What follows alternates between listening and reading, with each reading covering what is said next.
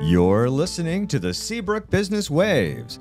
This has been a monthly podcast focusing on economic development initiatives around the city of Seabrook, Texas.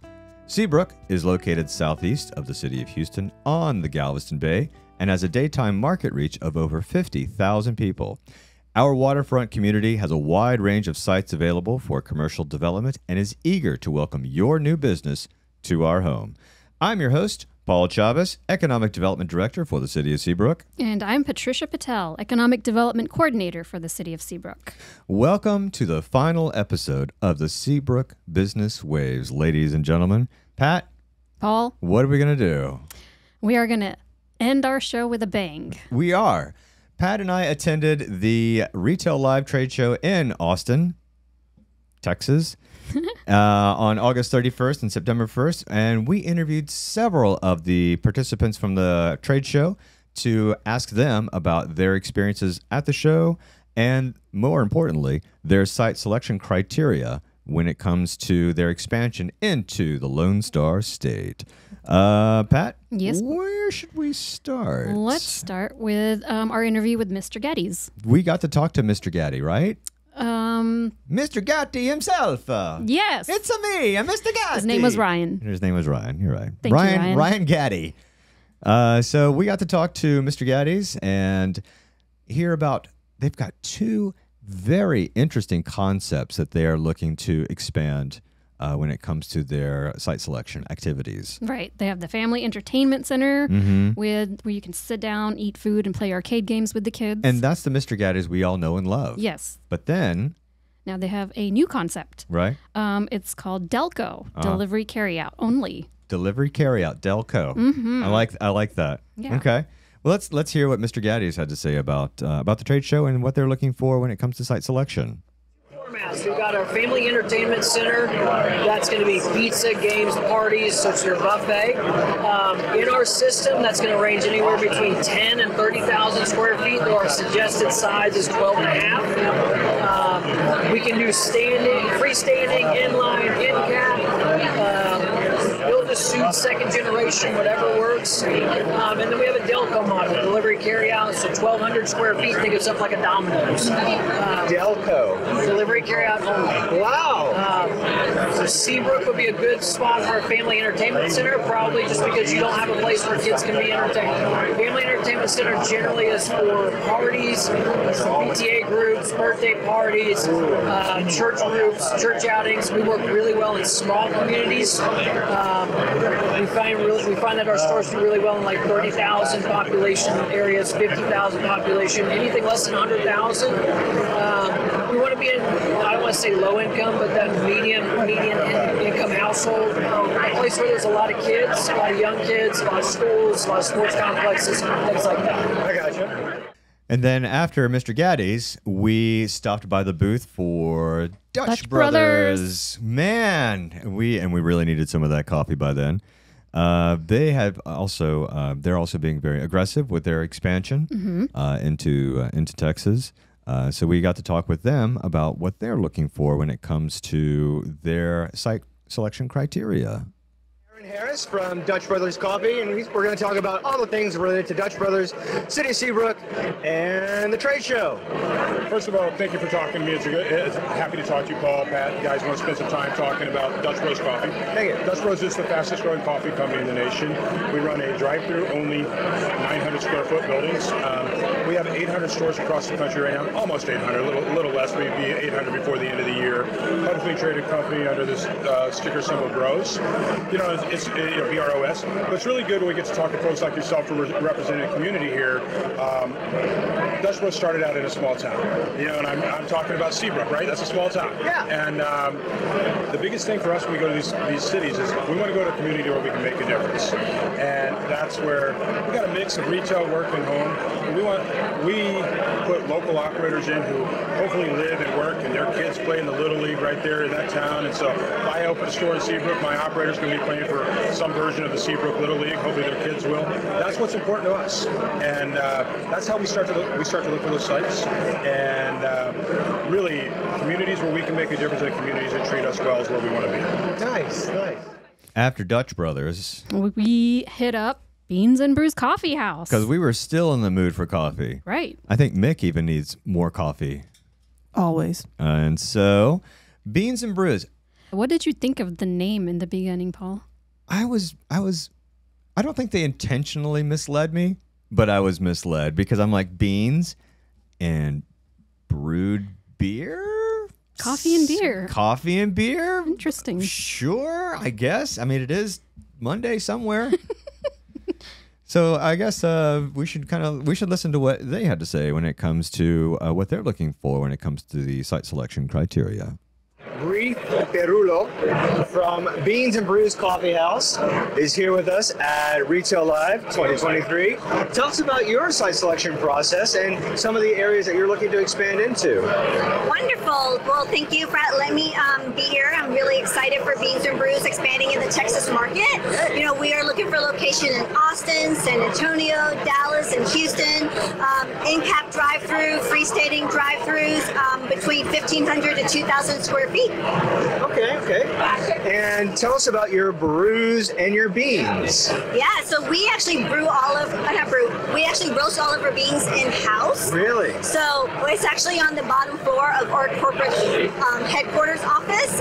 And so when you walk into a corporate headquarters, you're smelling like the roast smell of beans, and you're like, oh, do you have a smelling machine? It's like, no, we actually roast our coffees downstairs. Wow. And they're called high altitude coffee, which means that we are harvesting those beans from high altitude, which makes our coffee taste better than the standard Starbucks coffees. Oh, and where are you guys located? Headquartered? In Salt Lake City, Utah. Oh, and then your brews? Which is the brewing of the coffee. Oh. That's perfect. I love it. Okay. Awesome. Oh, thank you so much. How's the trade show going? Trade show's great. It's Yeah. very, very busy. A lot of interest. So hopefully we'll get some sites done. Some deals done. Nice. Thank you so much. You're welcome. So after Dutch Brothers and then Beans and Brews, we were going crazy on the coffee, and we decided to stop by what we think is one of the coolest concepts that we discovered at the trade show. Yeah, it's a new concept of a dog park, Uh-huh. a restaurant and event space all in one. What's it called? It's called Bark.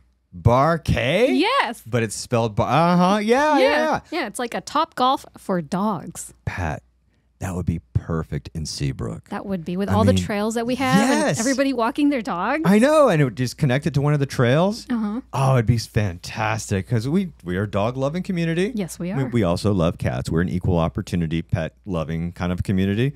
But all the dogs, I mean, and they handle the whole thing when it comes to the dogs, the taking care of the dogs and the humans as well. Let's have a listen to what Bar K had to say at the trade show. Scott Hinsey with Bar K and Diversified Partners is here with us as well at Retail Live 2023. Scott, tell us about Bark. Bar K is a... Bar K, sorry. That's all right. It's a dog park, restaurant, event space, bar. It is the most joyful thing for dogs you'll ever see in your whole entire life. Wow. It's, we like to call it the Top Golf for dog lovers. So imagine you walk into this thing, you let your dog off leash, you go grab some cocktails with friends. It's just amazing. It's joyful for everybody. So, are the dogs, can anybody watch the dogs? Yeah, so humans are free. Humans come right in, no big deal. Come eat, drink, have a good time. All of our standard operating procedures are designed around dogs for dog safety and making sure the dogs are cared for. So dogs, if you bring in a dog, you pay a membership or a daily pass fee, but all humans are free. Wow. What kind of treats do the dogs get? We have actually a bunch of dog items on our menu. You can order them food and drinks. We have dog tails. It's like a cocktail for a dog. So lots of little cute dog things. And we have like dog meetup night, where if you bring your collie and they bring their collie, and like there's 30 people with collies there. Wow. We have dog mitzvahs. We have doggy weddings. Yeah, we have all sorts of stuff. So where are you guys headquartered? Headquartered in Kansas City. Oh. That's where our first location opened. We have ones in Oklahoma City and St. Louis as well. And we're looking to expand across the country. Nice, nice. And so Texas, where are you looking to go in Texas? Probably first is DFW. I did a site tour 2 weeks ago for DFW, looked at 20 some odd sites, so DFW first, but we're going to Houston, San Antonio, Austin, etc. Nice, nice. Scott, have a great show. By the way, how is the show going for you? So far, so good. Awesome, awesome. Thank you so much for talking with us today. Next, we scooted on down to the Retail Strategies booth and talked with their reps about how the show is going.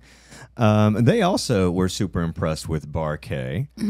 Retail Strategies may not be well, they're not. They're not a retailer per se, but there were lots of different groups like them at the show. But specifically, we worked with Retail Strategies on our retail recruitment efforts. And we've even interviewed them on one of our past episodes. Correct. Yeah. We interviewed Lacey Beasley. We did. And so let's hear what Retail Strategies had to say about the trade show. Megan, how has the trade show been going for you today? It's been going good. There's a lot of new traction. I've seen a lot of new brand names here that I've been wanting to talk to or who have avoided me. So that's been going well. Good feedback. What about you guys? It's been going well with us. We met with a lot of different prospects, retail restaurant prospects here today. Got some good contact information. Good. Really good. What are some highlights from the show that you'd like to share?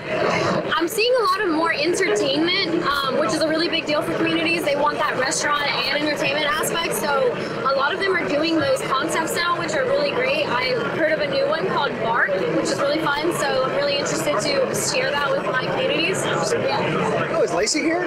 Lacey is not here. She wishes she could be, though. Okay. Shout out to Lacey Beasley. Pat, Paul. you need cooling. Baby, I'm not fooling. I'm going to send you back to schooling. That sounds like a Zeppelin song. It is! Wow. Which is a great way to segue into our next interview at the trade show. Bread Zeppelin. Bow, bow, bow. Whatever that means. Anyway, what the heck is a bread Zeppelin? A new concept of fast casual Zeppelin sandwiches. Okay, and a Zeppelin sandwich is what? It's hold on. I got it right here. Hold on. You brought a Zeppelin sandwich with you. I brought all the paperwork involved with. Okay, so it's basically a hoagie sandwich. So it's like you take a hoagie roll, you kind of hollow it out, and you stuff it with a salad or whatever it is you're looking for. I believe it's a baguette. A baguette? Oh, Thank you, Mick. It is a baguette. Huh? So we take the baguette and we fill it with the sandwich, with the salad. And then we play Zeppelin songs. And we think while we eat it. Yes. Okay. Yes, and we have a good time doing so. I know I saw a Bread Zeppelin franchise on the far north side of Houston, so they are starting to expand into the area. But we did get a chance to chat with them, and here's what they had to say about their current expansion plans. Shannon from Bread Zeppelin and the Retail Connection here at Retail Live 2023. Max, tell us about how it's been going with the show. It's been a great show. I think this is a unique show in that, you just have a really high concentration of people who are looking to be involved in retail real estate, whether it's on the representation of retailer side, retailers, or brokers alike. And I think, what's great is when they can partner up with cities and make some really strong partnerships, and hopefully result in some new store openings. Nice.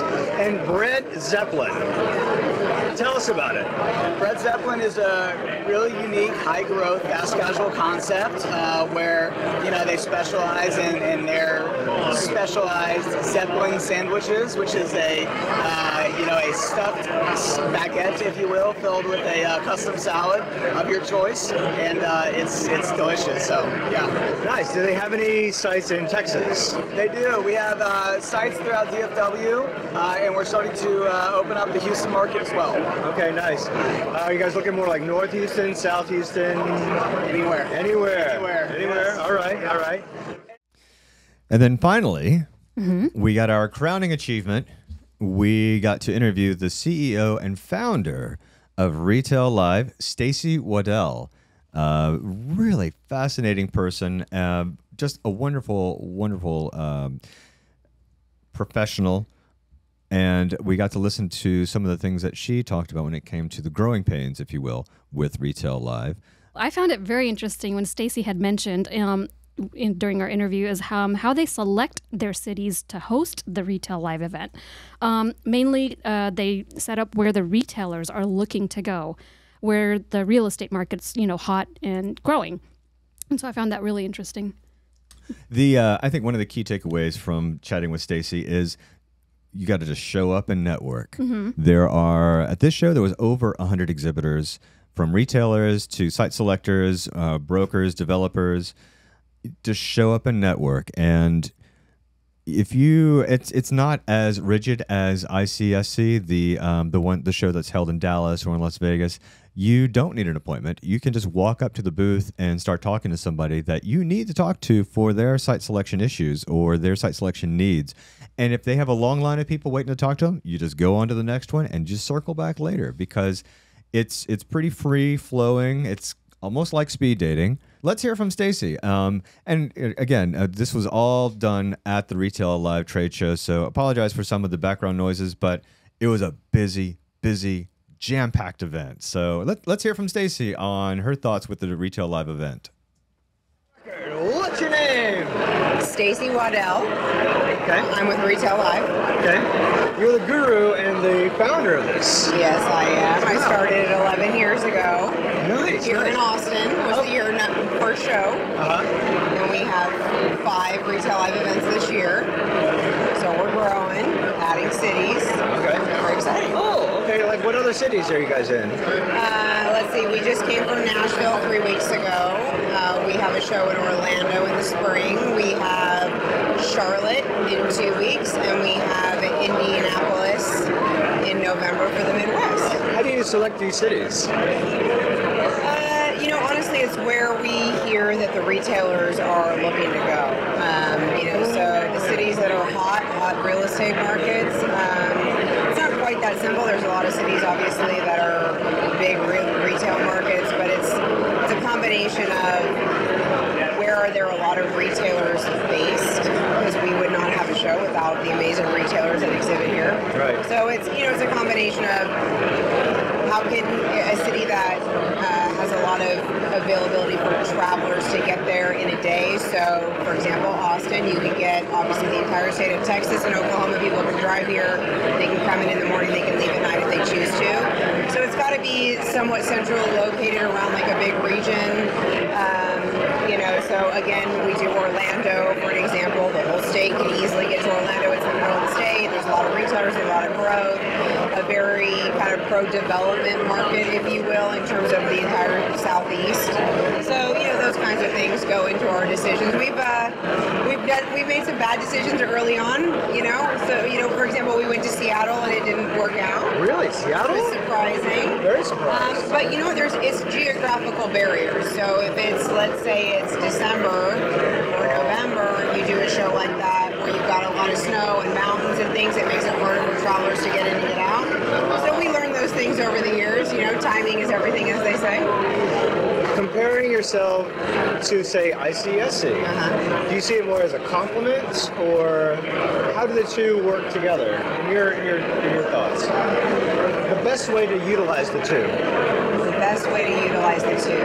Well, so I've been in commercial real estate for 24 years. Oh, okay. So I do tenant representation and landlord representation, and that's how I started Retail Live, was from my perspective as an attendee and what I was not getting out of other conferences and what I wanted at a conference. That's awesome. So I would go to competitor shows, and I had some really cool real estate projects that I was working on. Projects that, retailers think of, people like Lululemon, or, projects that would attract some really if you will, retailers. I couldn't get meetings, but because they can only take so many meetings in those settings, and I was really frustrated I couldn't get any face time.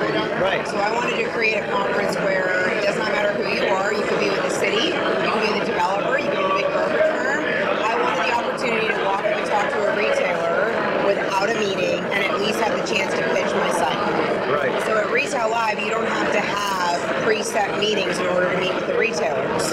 Whereas at other conferences, they kind of have gatekeepers, and they're like, well, do you have a meeting? No, I don't. Well, I'm sorry, they're full, which was really frustrating for me. So the difference with Retail Live, I believe, versus, say, ICSC or even some of the other conferences is that we want to create the initial introduction and the opportunity for grassroots networking. Somebody's actually meeting somebody they don't know. I think at the larger conferences, those meetings, for the most part, tend to be deals that are already working that they're trying to advance or get finalized. There's not as many opportunities for that initial introduction. I mean, yes, you meet people in the elevator and you say hi, but we're really trying to foster an environment where it is you're meeting new people, you're getting exposed to new retailers. Retailers are finding sites that they did not know existed because somebody's walking up and saying, hey, did you know about this? And they're saying, no, I didn't. At another show, they would have had a meeting, they would have thought they vetted that meeting first, and they would have maybe said, I'm not taking that meeting, it's not worth my time. But when they come here, they come across deals they didn't know existed because it's that impromptu introduction that makes it different. That's so awesome. Wow. That's been our experience as well. Oh, that's cool. Really interesting to hear that. Yeah, that's awesome. At ICSC, it's like, no, I can't get in. Occasionally, you get the meetings done, but this is so relaxed. Some people equate it to like speed dating. Yep. We hear that a lot. This is great. Yeah, so taking your stuff out. Okay.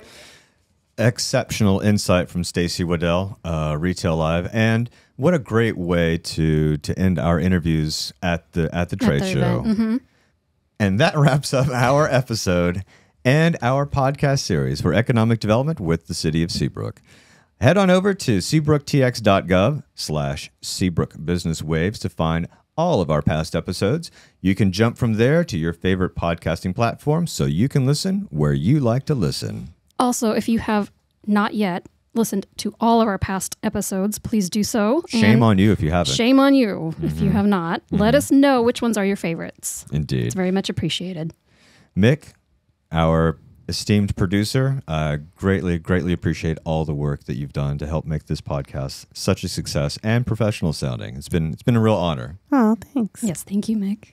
Pat, it's been an honor and a pleasure, not only working beside you all these years, but also working with you on this podcast. It's been a real honor. Thank you, Paul. Likewise. Thank you. Thank you for a wonderful 10. How many episodes did we do? 12, one a month. Thank you for a wonderful 12 episodes. Which one was your favorite? They all are. They're like children, you know. You don't have a favorite. You just have ones that occasionally one will do really great something, and then the other one will do something really great. They're all special. Same. Very good. Well, thank you very much for listening, and hopefully you'll hear from us soon in one form or another. And with that, I am Patricia Patel. And I'm Paul Chavez. Thank you very much for listening.